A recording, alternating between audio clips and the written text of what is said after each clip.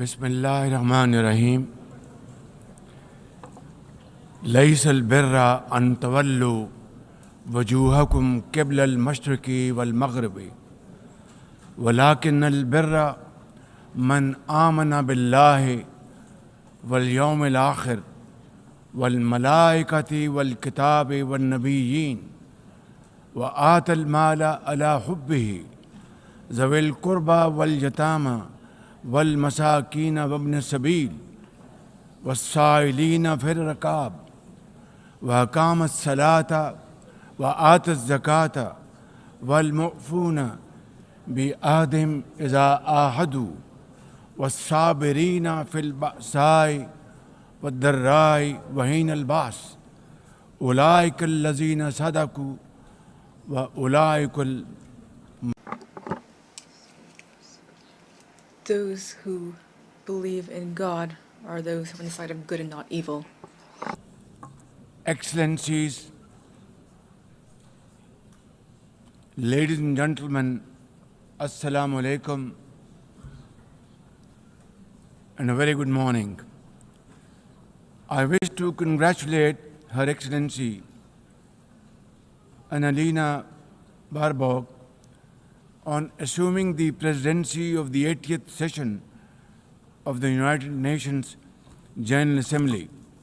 I also commend Secretary General Antonio Guterres for his bold leadership of the United Nations in testing times. Ladies and gentlemen, our world is more complex today than ever before.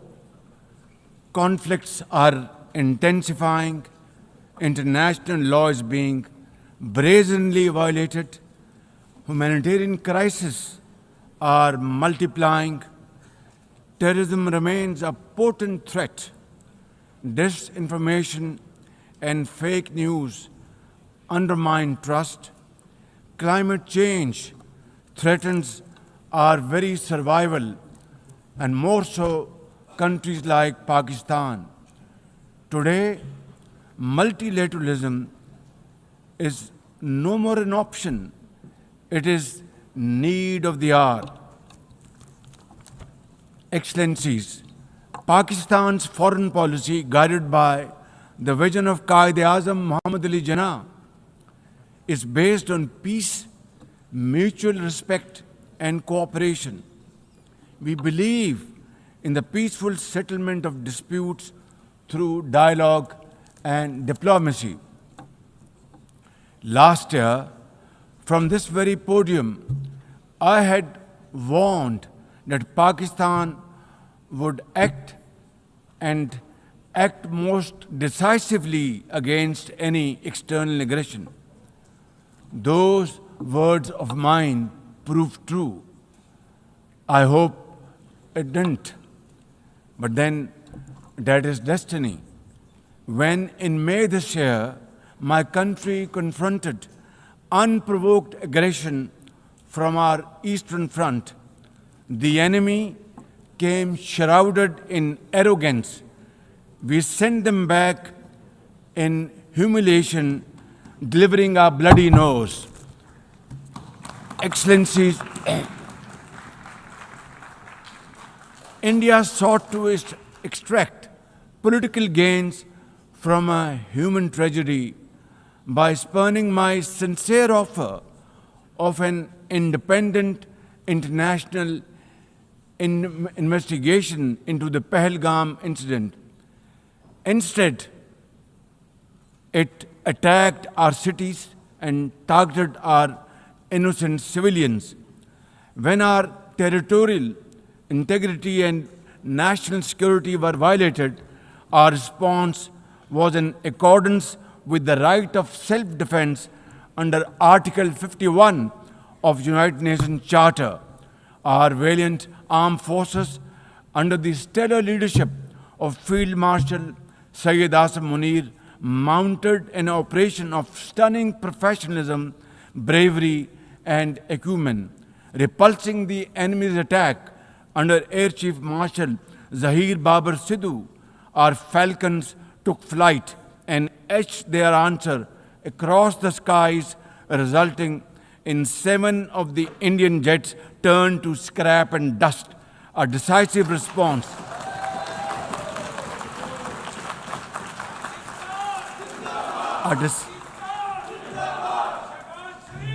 A decisive response to the aggressor that will echo through the annals of history. To the fearless architects of this victory, to every officer and soldier, heirs of our martyrs, their names are forever engraved in glory. To the mothers of our martyrs, their courage guides our path forward, and their sacrifice shall never be in vain, inshallah, God willing. And to every Pakistani, you stood as one unbreakable wall, a bunyanum marsus. Excellencies, though in a position of strength, Pakistan agreed to a ceasefire facilitated by President Donald Trump's bold and visionary leadership.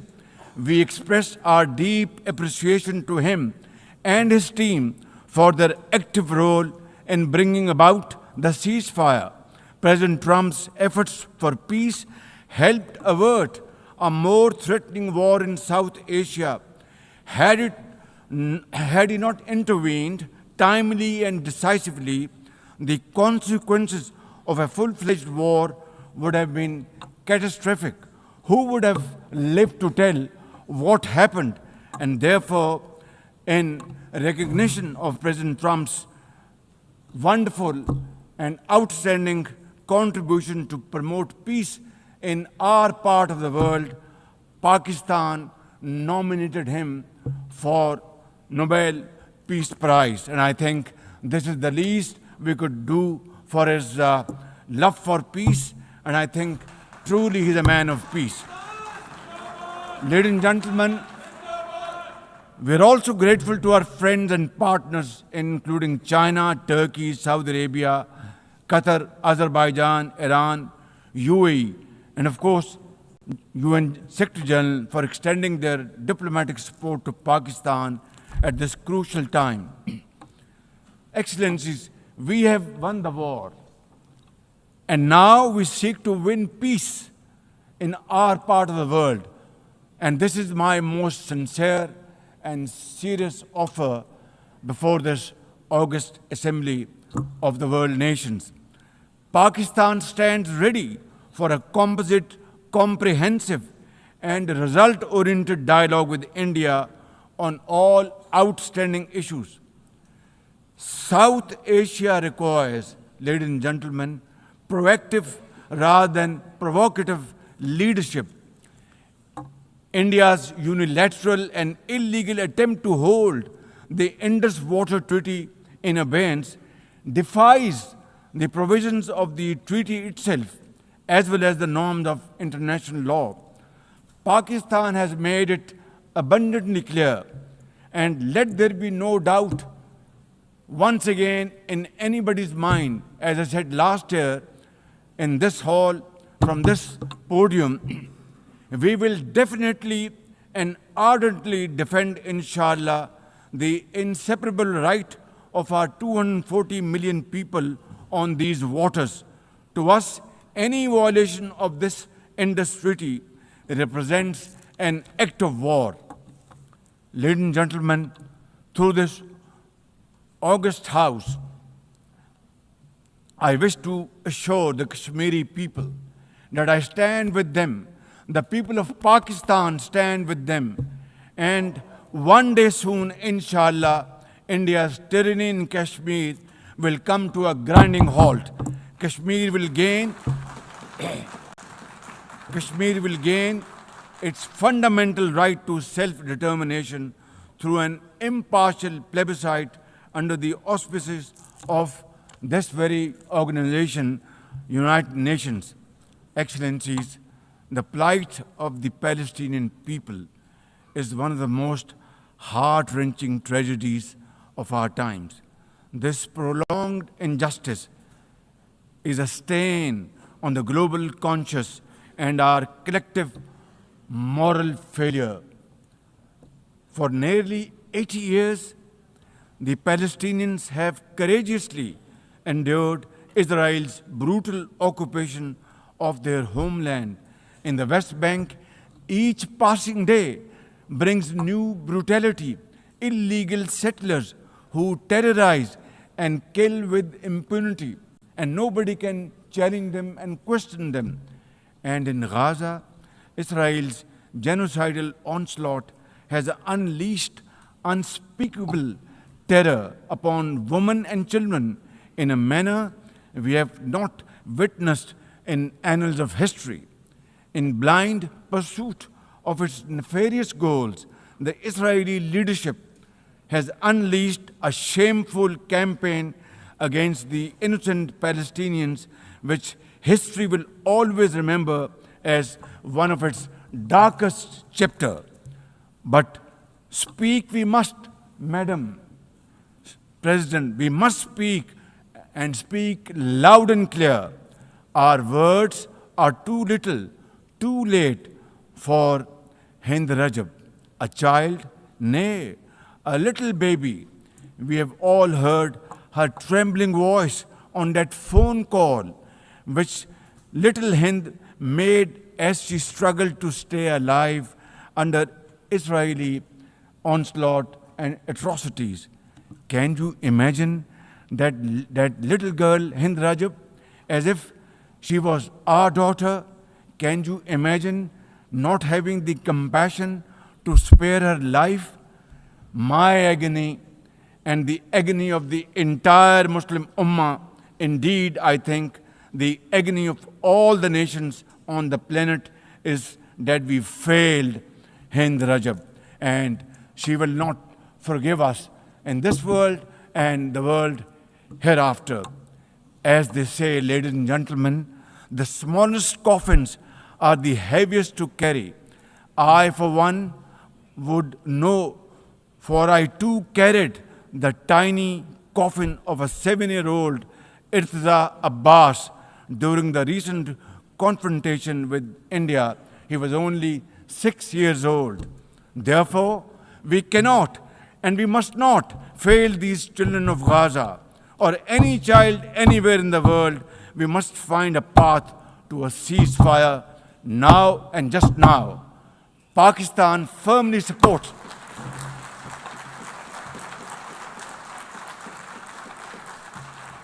Ladies and gentlemen, Pakistan firmly supports the demand of the Palestinian people for the establishment of a sovereign Palestinian state with pre-1967 borders and Al-Quds Sharif as its capital.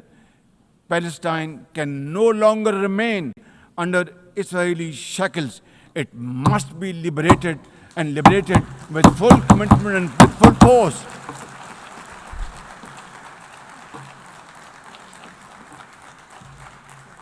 Excellencies, as far as Pakistan is concerned, we were among the first to recognize Palestinian statehood in 1988. And now we welcome the recognition of the state of Palestine by a number of countries recently around the globe, and urge others to also follow suit, because time and tide wait for none. We are further grateful for President Trump's timely initiative to invite Arab Islamic states 3 days ago here in this building for a consultative session at the United Nations. And I was also part of that consultative process. And I think, and I hope and pray to God that it has rekindled hope for a ceasefire in the nearest future, for which the credit must again be attributed to President Trump for this peace initiative. Excellencies, Israel's recent attack on Doha and its continued violations of the sovereignty and territorial integrity of numerous countries is reflective of its rogue behavior. Pakistan stands unwaveringly with our brothers and sisters in Qatar. We also support all efforts for a peaceful resolution of the we also support all efforts for a peaceful resolution of the Ukraine conflict in line with the UN Charter to end human sufferings and global turmoil caused by this protracted war. Madam President, Pakistan condemns terrorism in all its forms and manifestation. For over 2 decades, Pakistan has been at the front line of global counterterrorism efforts, having suffered over 90,000 people. We lost 90,000 people of our country, babies, children, mothers, sisters, brothers, elderly people, doctors, engineers, and also suffered economic loss of $150 billion. Please tell me, put your hand on your heart, that what can be a bigger manifestation of our commitment to fight terrorism and erase it not only from the face of Pakistan, but from the face of this global world. And I believe a man killed in New York is a man killed in Lahore, a man killed in Islamabad is a man killed in London. It's a global village. So I think unless and until terrorism is defeated hands down, this world will not be a peaceful place to live. And for that, Pakistan's sacrifices are probably the biggest around the globe. It must be respected and appreciated because we are a bulwark. Had these terrorists not been encountered by us, they would have been roaming on the streets of New York and London and God knows Far East.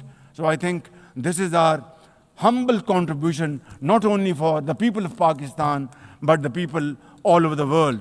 Today we face externally sponsored terrorism, particularly from foreign-funded groups such as the TTP, Fitna al-Khawarij, Fitna al-Hindustan, BLA, and its Majid Brigade.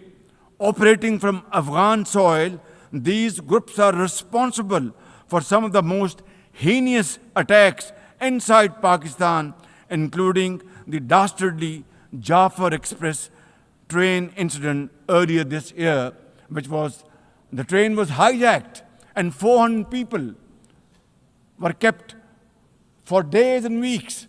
And mercifully, by Allah Almighty's grace, our armed forces and law enforcing agencies were able to recover them. Now, as an immediate neighbor and a brotherly country of Afghanistan, Pakistan has a direct stake in a peaceful Afghanistan. We believe that the key to development and prosperity lies in regional stability and connectivity.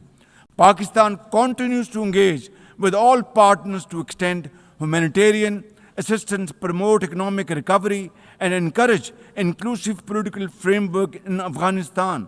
The interim Afghan government must, however, uphold human rights, including women's rights. Above all, we expect that Afghan interim government to take effective action against terrorist groups and to ensure that Afghan soil is not used for terrorism against any country.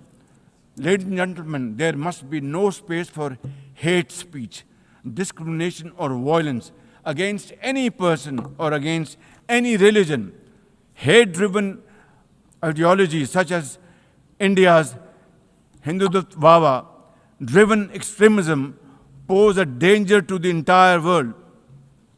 While there is growing recognition of the dangers posed by Islamophobia, the imperative of effectively combating this menace can hardly be overemphasized.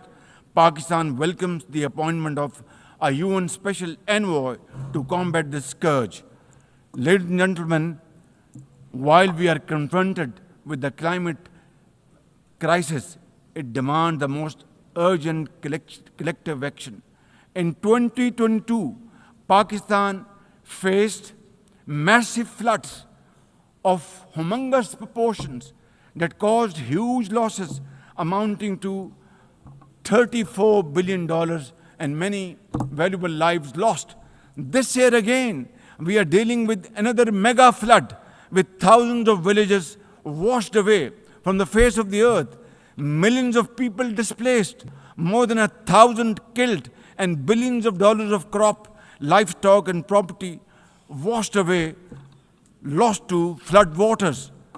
Our nation stands united in these testing times, and we are dealing with this natural calamity with remarkable resilience by the grace of God. I have declared a climate emergency to cope with this challenge. The catastrophic floods of 2022 and 2025 this year are glaring examples of loss and damage caused due to climate change.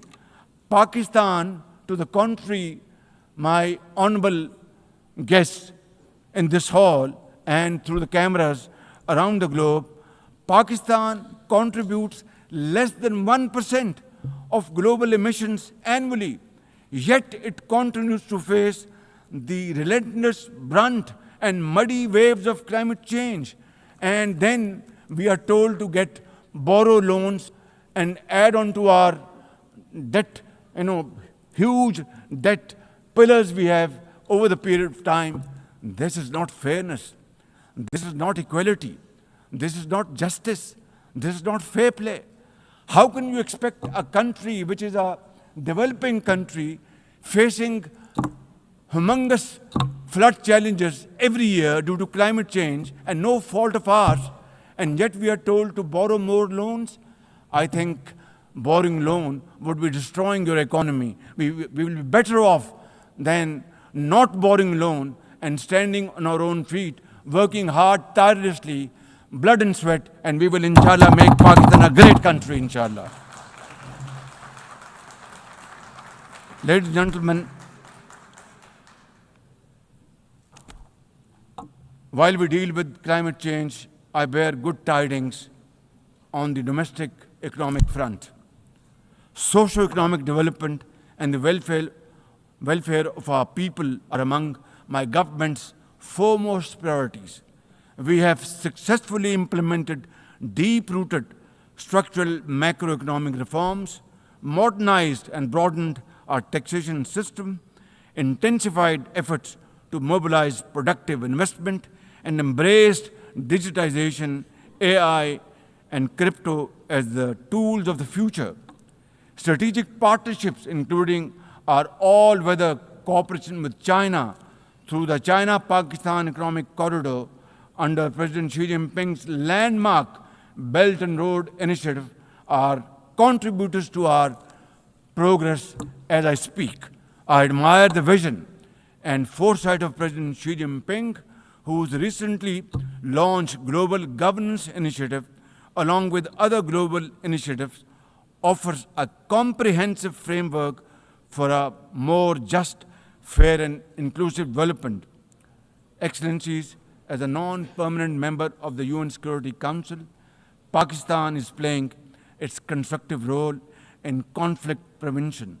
The unanimous adoption of Resolution 2788 under our presidency of the Council has renewed our collective commitment to multilateralism, respect for the UN Charter, and effective implementation of UN Security Council resolutions.